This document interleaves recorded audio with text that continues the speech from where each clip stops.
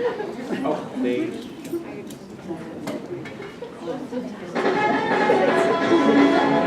Hello and welcome to Entertainment Tonight. I'm here on location at the Aviation Institute's annual volunteer celebration to shoot a segment called Up Close and Personal. Since the early 60s, when he was first appointed to Her Majesty's Secret Service, Agent 007 has been licensed to kill on behalf of the British government. With a duty to avert the greatest dangers facing Britain and the world, his travels have taken him to exotic locations and extreme situations to eradicate the most notorious and feared enemies of freedom. He's not just a hero, he's a superhero. He is consummately good at everything he does and seems almost invincible. Known for his sophistication and rugged good looks, this English gentleman and connoisseur of fine things has a reputation as a gambler, thrill seeker, and rule breaker. An icon of coolness and impeccable style, his exotic sports cars, jet-set lifestyle, and charm have made him irresistible to most women. According to our calculations, he must be well into his 80s. We began to ask ourselves, what is he really like? Does he have any regrets? So many questions have gone unanswered until now. After an intense global investigation, we were surprised to discover he has been keeping a low profile in a quiet hamlet just north of the GTA. Ladies and gentlemen,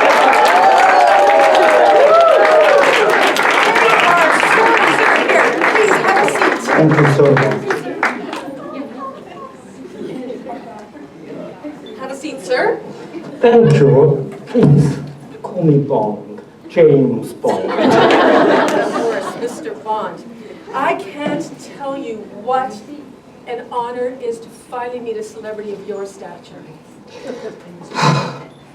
Well, speaking of stature and flesh, well, the pleasure's all mine, darling. Okay.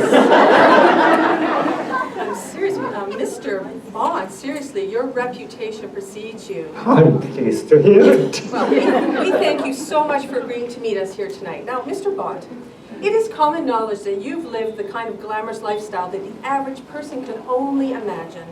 Do you mind if I ask you a few questions? No, not at all, darling.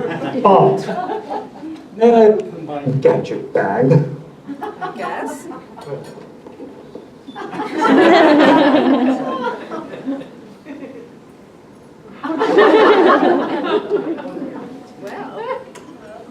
Now, this is much more comfortable, isn't it? I'm sensing that this is not your first drink of the day. Oh, well, no. It was a long drive, and I was very thirsty. Well, with all due respect, sir, I think you take drinking and driving to a whole new level. Well, I'll drink to that. Well, getting down to business, how do you account for the enduring popularity that you have enjoyed for over 5 decades? Well, quite simply, I think it's because I'm a good role model. Good role model. Could you please explain? As a man of honor, I'm wholeheartedly committed to my duty and never hesitate to put my life on the line for the cause of good. All right, well, how do you reconcile, all flattering accolades aside, you are known as a cold-blooded killer who at times seems to demonstrate a cool and even casual efficiency when taking a life? Oh, my adversaries are remorseless fiends, intent on destroying the world. I have no choice but to kill them to fulfill my duty, to protect innocent people. You'll forgive me if I don't apologize for that. All right, well, moving right along, it's no secret that you do have a notorious reputation as a bit of a womanizer. Oh, I told those Bond girls not to kiss and tell. Shame on them. All right, well, given society's changing attitudes in the last 50 years around the role of women and equality, how do you respond to feminists who would accuse you of being quite the chauvinist, especially in the early years? Well, first of all, I've never heard a woman complain about little old-fashioned chivalry. Yes, times have changed, but I will always feel protective towards the woman I'm with, especially if I perceive she's in danger. No matter how independent and self-sufficient a woman is, the chances are if she spends any time with me, she'll need to be rescued sooner or later. If that's offensive to anyone, guilty as charged. Can I top up your drink? No, sir, I don't think so. No, I don't think it would be inaccurate to say that you have an insatiable appetite for women. How can you justify having had so many romantic relationships in your life? Well, my life is very unsettled and dangerous, and to be quite honest, being a secret agent is a... Secret agent? It's a pretty solitary existence. Romance helps me temporarily to forget my loneliness. Wow, well, we are seeing a more sensitive, vulnerable side. Interesting. Mr. Bond, lovely. I'm sure you're, okay then. I'm sure your fans are curious to know, if you hadn't become Agent 007, what other career path do you think you would have chosen? Oh. I'd have liked to become a slinger. Do you mean a gunslinger? No, an opera slinger. Grand opera?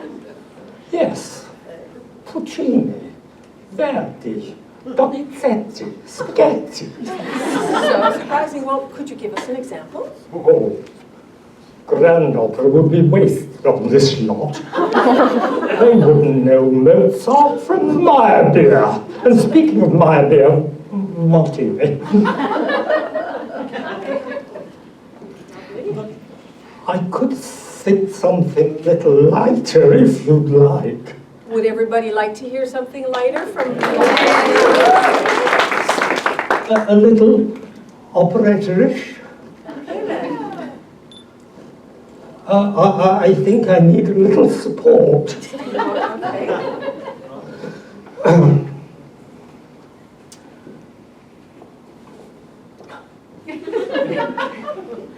Finish with the waltz.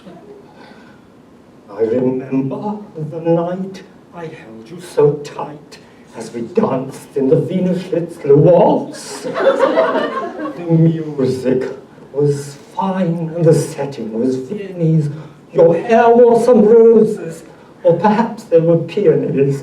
I was blind to your obvious faults as we danced to the strains of the old Wienerschlitzler waltz.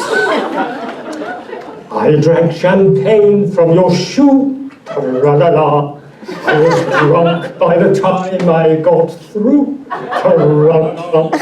For I did not know, as I lifted that cup, it had taken 2 bottles to fill the thing up. I remember the night I held you so tight as we danced in the Wienerschlitzler waltz.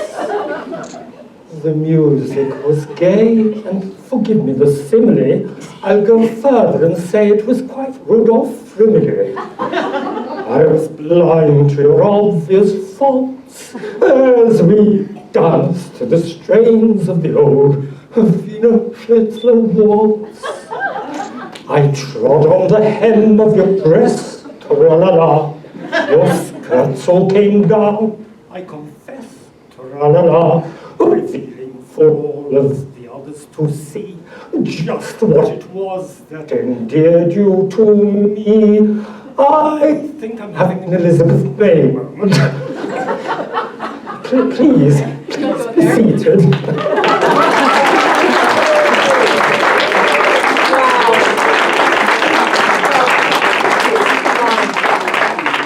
Very much. You are a man of many talents. Could I indulge you with one more question?